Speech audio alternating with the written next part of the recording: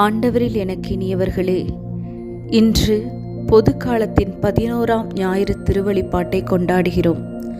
இன்றைய வழிபாட்டு வாசகங்கள் நாம் இறைவனால் தேர்ந்தெடுக்கப்பட்ட, அன்பு செய்யப்பட்ட மற்றும் அனுப்பப்பட்ட மக்கள் என்பதை நினைவூட்டுகிறது.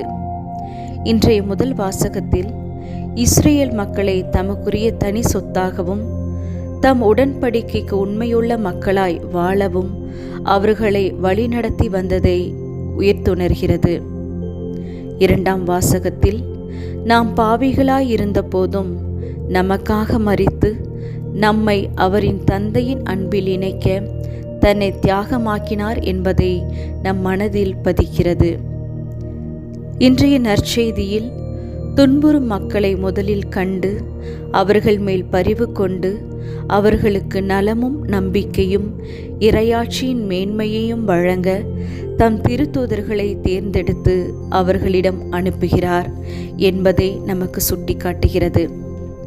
சிறப்பாக இன்றைய நற்செய்தியை சற்று ஆழமாய் சென்று பார்த்தால் ஆண்டவர் இயேசுவின் பரிவுள்ள இதயம் நம் கண்முன் வருகின்றது.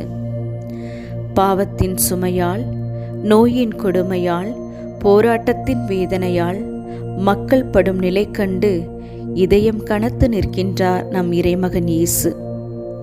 சற்று நேரத்தில் ஆழமான இரக்கத்தால் உந்தப்பட்டு நல்ல ஆயன் தன் ஆடுகளை நேசிப்பது போல தன் மக்களை கண்டு பரிவு கொண்டு அவர்களுக்காய் வாழ முனைகின்றார்.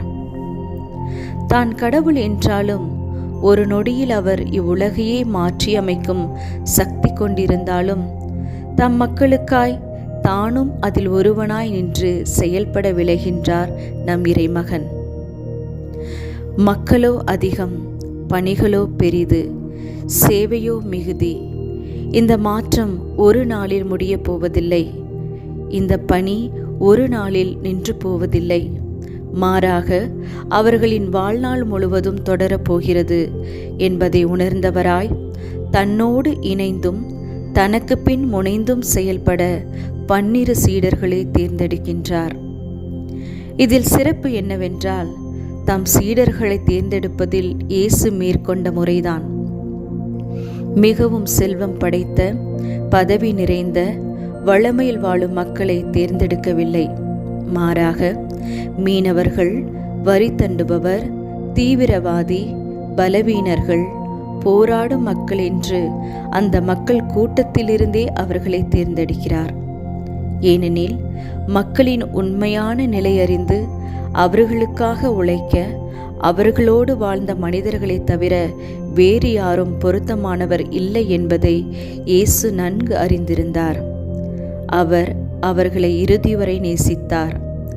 அந்த அன்பே அந்த சீடர்களை கிறிஸ்துவுக்காக தம் உயிரை கொடுக்கும் துணிவுமிக்க சாட்சிகளாக மாற்றியது. இன்றைய சமுதாயத்திலும் பலர் தனிமை, வறுமை, நோய், மனவேதனை ஆகியவற்றால் பரிதவிப்பதை பார்க்கின்றோம். அப்போது என் கண்கள் அதை கண்டும் காணாமலும் தாண்டி செல்கிறதா? அல்லது கண்டவுடன் கருணை கொள்ள தூண்டுகிறதா? நான் வாழும் என் குடும்பம், பள்ளிக்கூடம் மற்றும் சமூகம் ஆகிய இடங்களில் இறைவனின் அன்பின் கருவியாக நான் செயல்படுகின்றேனா? அல்லது சுயநலத்தின் மறு உருவமாய் இருக்கின்றேனா? சற்று சிந்திப்போம். நம் இறைவன் நம் இதயத்திலோ அன்பை வைத்துள்ளார்.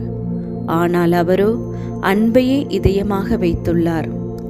அப்படிப்பட்ட உயர்ந்த உள்ளத்தில் வாழ்ந்திட, அவருக்காய் பணிபுரிந்திட, அவர் பணியை உலகில் ஆற்றிட அரிய வரம் பெற்றவர்கள்தான் நாம்.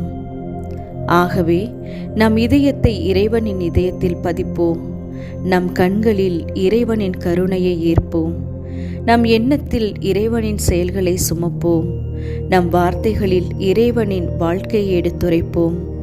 மொத்தத்தில் நல்ல ஆயன் இயேசுவின் துணையோடு அவரின் வயலில் அவரின் அறுவடை பணியை செய்திட நல்ல பணியாளர்களாய், அவரை பின்தொடரும் நல்ல சீடர்களாய், அவர்களின் மக்களுக்கு பணிபுரியும் நல்ல மனிதர்களாய் வாழ இறையருள் வேண்டுவோம். இறைவன் என்றென்றும் வாழ்த்தப் பெறுவாராக. ஆமேன்.